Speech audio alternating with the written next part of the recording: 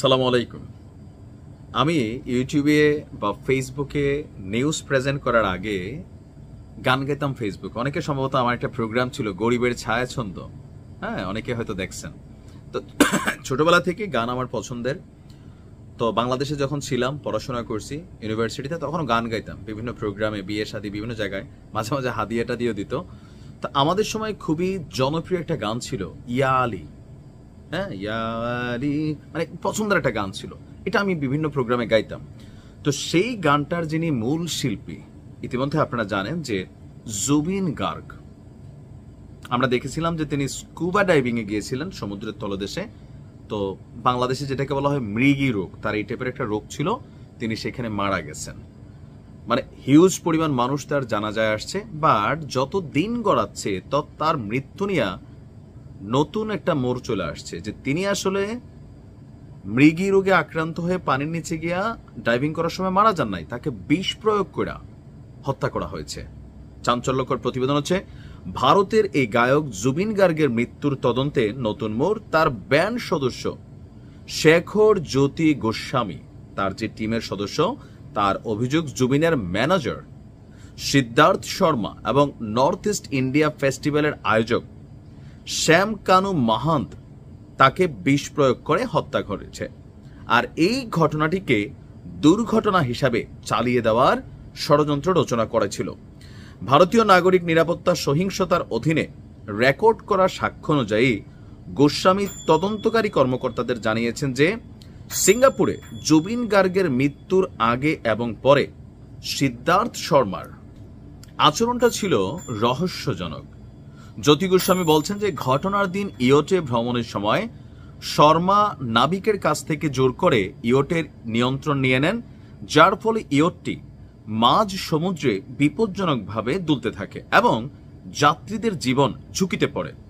তিনি আরো বলেন, শর্মা আসাম অ্যাসোসিয়েশন সিঙ্গাপুরের সদস্য এবং প্রবাসী তন্ময় ফুকনকে বলেছিলেন তিনি যেন পানীয় সরবরাহ না করেন, কারণ শর্মা তা নিজেই দিবেন। গোস্বামীর ভাষ্য অনুযায়ী যখন জুবিন শ্বাস নিতে লড়াই করছিলেন এবং প্রায় ডুবে যাচ্ছিলেন, তখন শর্মাকে বলতে শোনা যায় যেতে দে যেতে দে। গোস্বামী জোর দিয়ে বলছে জুবিন ছিলেন প্রশিক্ষিত সাঁতারু, যিনি নিজে তাদের দুজনকেও সাঁতার শিখিয়েছিলেন, তাই তার মৃত্যু ডুবে যাওয়ার কারণে হওয়ার কথা নয়। গোস্বামীর দাবি শর্মা এবং মহন্তি এই দুজনেই জুবিনকে বিষ প্রয়োগ করেছিলেন এবং ষড়যন্ত্র গোপন রাখতে ইচ্ছা করেই সিঙ্গাপুরকে বেছে নিয়েছিল। তার বক্তব্য, শর্মা তাকে ইয়টের কোনো ভিডিও কাউকে না দিতে নির্দেশনা দিয়েছিল। জিজ্ঞাসাবাদের সময় শর্মা ও মহন্ত অভিযোগ অস্বীকার করে, তবে গোস্বামী তদন্তকারীরা জানান যে গোস্বামী তার বক্তব্য, যখন জুবিনের মুখ এবং নাক দিয়ে ফেনা বের হচ্ছিল তখন শর্মা বলছিল যে এটি কেবল অ্যাসিড রিফ্লেক্স, চিন্তার কিছু নেই। তিনি তাৎক্ষণিক চিকিৎসক না ডেকে বরং এমন আচরণ করেন যা জুবিনের অকাল মৃত্যুকে ত্বরান্বিত করে।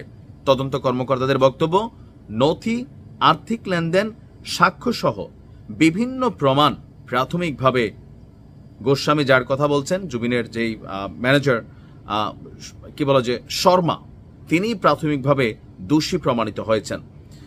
তো এখানে আসলে মৃত্যুর মূল কাহিনী কি, পজিটিভ নেগেটিভ হয়তো আরো অনেক কিছুই সামনে আসবে, কিন্তু জুবিন গার্গ আর সামনে আসবে না। তবে এখান থেকে শিক্ষণীয় হচ্ছে, দেখেন পৃথিবীর সবচেয়ে বড় বড় ঘটনাগুলা, বিশ্বাসঘাতকতাগুলা, মৃত্যুগুলা, ধোকাবাজিগুলা, আপনার কাছের বিশ্বস্ত মানুষগুলো যাদেরকে আপনি ট্রাস্ট করছেন তারাই আপনাকে বাস দিবে। এটা ইতিহাস বারবার ঘটায়।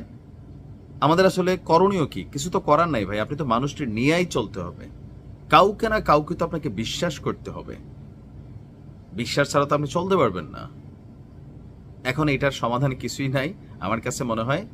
আপনিও হয়তো যে মানুষটাকে নিয়ে আছেন, আমরাও আছি, ব্যবসা বাণিজ্য বিভিন্ন জায়গায়, বলা যায় না কোনটা যে পিছন দিয়ে এসে কখন ছুরি ঢুকাই দেয়। আল্লাহ হেদায়েত দান করুক সবাইকে, হেফাজতে রাখেন, ভালো থাকুন। আসসালামু আলাইকুম।